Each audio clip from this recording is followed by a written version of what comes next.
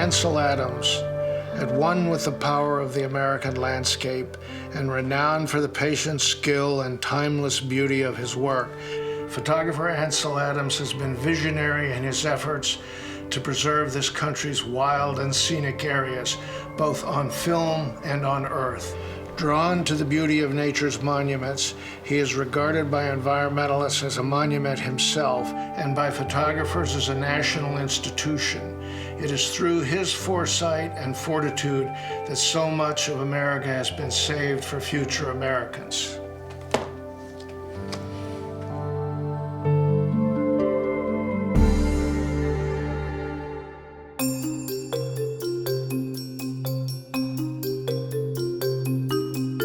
We're going to use all these books. We're going to look for some images, and then we're going to go on a journey. We're going to hit the road in California and seek out some of these locations that Ansel shot so many of the photographs that are in this book. He went everywhere, working all the time. He had to carry all his extra supplies because it was really, really bad if he got stuck out there in the desert. Sure.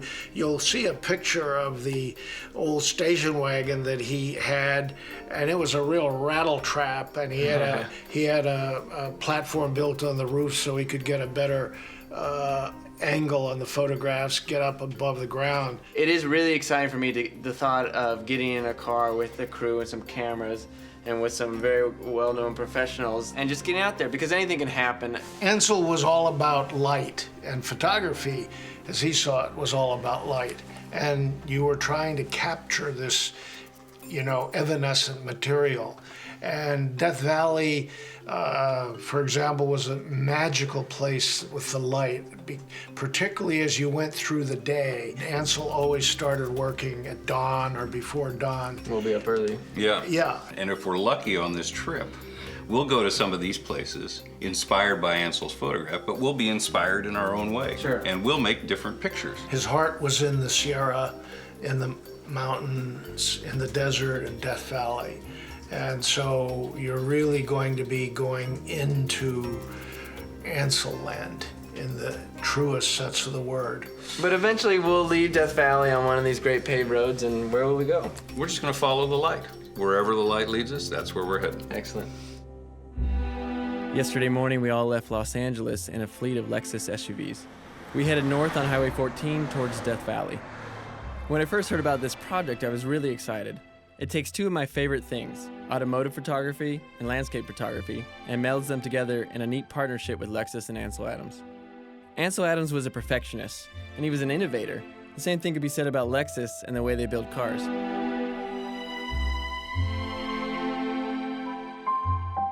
We had to wake up really early, well before the sun came up, because Zabriskie Point is a sunrise location. We loaded up the Lexus SUVs, filled them with as much gear as possible, and drove them just a few miles up the road. John and I parked the GX, we grabbed our gear, and we hiked up the hill to where Ansel made some of his famous photographs. All these places are special parts in the park that Ansel shot photos in that ultimately became iconic parts of the park, no doubt because of those photos. Ansel made a photograph that is very inspiring right here behind us at Zabriskie Point. I suspect that someone that isn't experienced in the desert might arrive here and say, there's just a lot of dirt and mud hills here. But if you look beneath the surface, the way the light caresses, reveals the subtle contours of this place is unlike anything I've ever seen on the planet.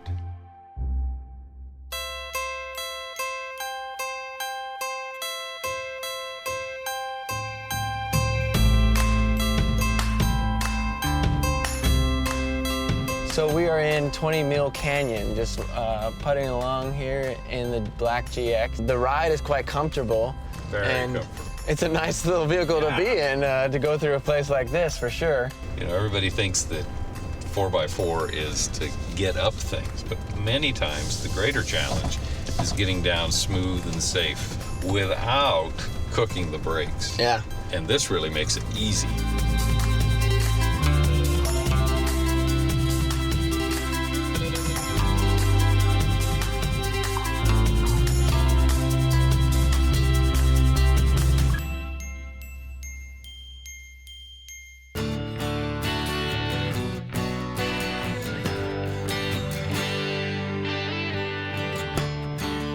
So we're ending day one. We're in Badwater Basin right now. I really enjoy being in Death Valley because I think it's the peacefulness, it's the vastness. For the most part, you're all by yourself. You can make great photography, or at least attempt to. Not the greatest light for this afternoon to do any photographs. Well, I think the light is it's just a little soft. I wish we had just a different, more directional light. And we might have beautiful light as the sun sets here. You never know. Sometimes the sun can sneak underneath the clouds and go on fire. We'll just have to see. But I like to say a bad day of photography is better than a good day of most anything. Well, we're in a change of landscape, Brian. We left Death Valley this morning. Now we're in the Owens Valley, just below the eastern Sierra Escarpment. Mount Whitney off to the left there, the highest point in the continental United States. We're near Manzanar National Historic Site, and we're on our way to find where Ansel made one of his iconic images of Mount Williamson. You can see how this boulder field is growing as we're getting further toward the Sierra. Pieces of these massive mountains that have washed down over the eons. And of course, that's what Ansel used for the foreground in that dramatic photograph. This looks like the place. Yeah, I think so. Oh. Here they are. That's so cool. It's I can't even believe I'm staring at it though, because it's a photo that I've looked at for so many years on walls and in museums, and now it's unmistakably this is the location.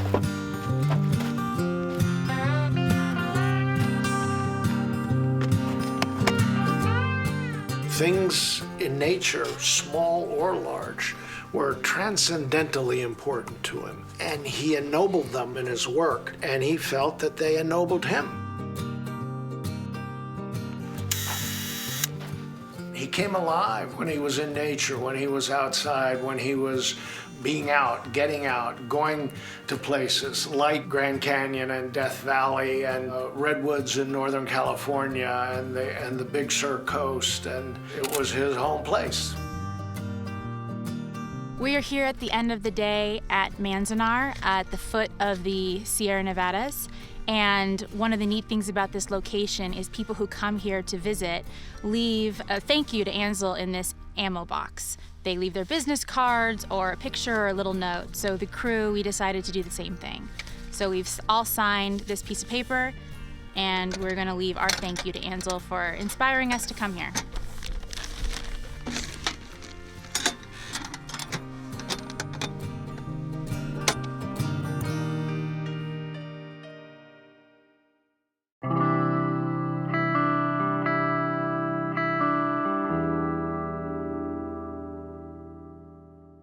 So he came out here for 4 days, didn't get much, and then on the 5th day. He and Virginia drive the short distance here to Lone Pine for 4 days in a row, and it's just not a cooperative situation. So on this day, when he makes this legendary image, he's here, he's got the car platform, just like you've got on the Lexus there, ready to go. As the last shaft of light was illuminating that foreground, the horse, which had its hind end towards the camera, turns in profile, he makes the photograph. I think Ansel had this very, very deep kind of visceral or perhaps mystical relationship to the American land. And he loved the wilderness above everything else. One of the remarkable things about so many of these photographs is that they're still exactly the same way. You could literally go and make the same photograph. A lot of places in the US and almost no places in Europe could you do that. John, that was a long drive last night, but we are here. We have made it, and we are lucky again. Yeah, beautiful weather. Some clouds back there, and look at fresh snow all over the place. Let's try and make some photographs inspired by this image on the cover of Ansel's Yosemite book here. Clearing Winter Storm, made in 1937 or 38. Early December, on a day not unlike today. There's a feeling you get when you get into Yosemite that's very emotional, it's very deep, and it puts you in another place. It kind of makes you forget about all your other worries. And it's really special to end this trip here. Although the other locations we were at were incredibly beautiful, Yosemite is that extra special place.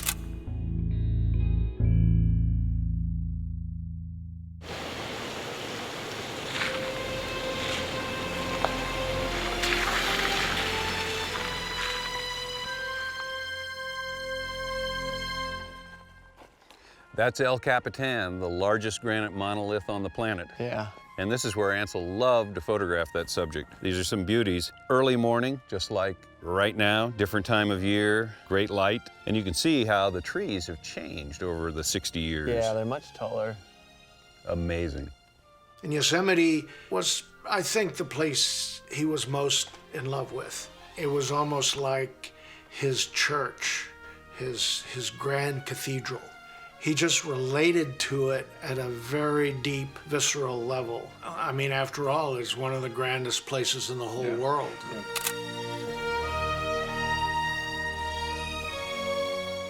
Ansel Adams, as we know, is forever linked to Yosemite National Park, but it was through Ansel's photographs, Ansel's talks, Ansel's passion for Yosemite and conservation that to this day really impact the park. I don't think that the essence and the spirit of those places were captured any better by any other photographer than Ansel Adams. This whole project was about being inspired by Ansel's work, and we want people to get away from their everyday life and go out and see these places. Everything looks beautiful. You look here, you look that direction, and it's just incredible light everywhere and amazing landscapes, and I can totally see why Ansel would have wanted to come here, and I can totally see why it's such an important thing to preserve after having been here and seen it. If you've never been in nature before, or if you've never been environmentalist, if you come out here, it'll change your thoughts. And this whole place in Yosemite is just, everything is dynamic, everything is changing. It's just very, very inspiring. And the fact that Lexus took us there and we had no issues, we can get into pretty remote places. We were able to just move fast and grab the moments that we needed to grab. With the setting sun, we could just chase down that shot. It's been really, really spectacular this whole trip. Yosemite is an awe-inspiring place. We're surrounded by 3,000-foot granite cliffs. And I can't think of a better place to end this expedition, a place that was so instrumental in Ansel's life, in his photography, and such a rich part of the legacy that he leaves behind, not only in his images, but in his concern for preserving the environment, the planet, for future generations. Hopefully, Brian and I both got some good photographs, and I think everyone on the crew has some great memories they'll never forget.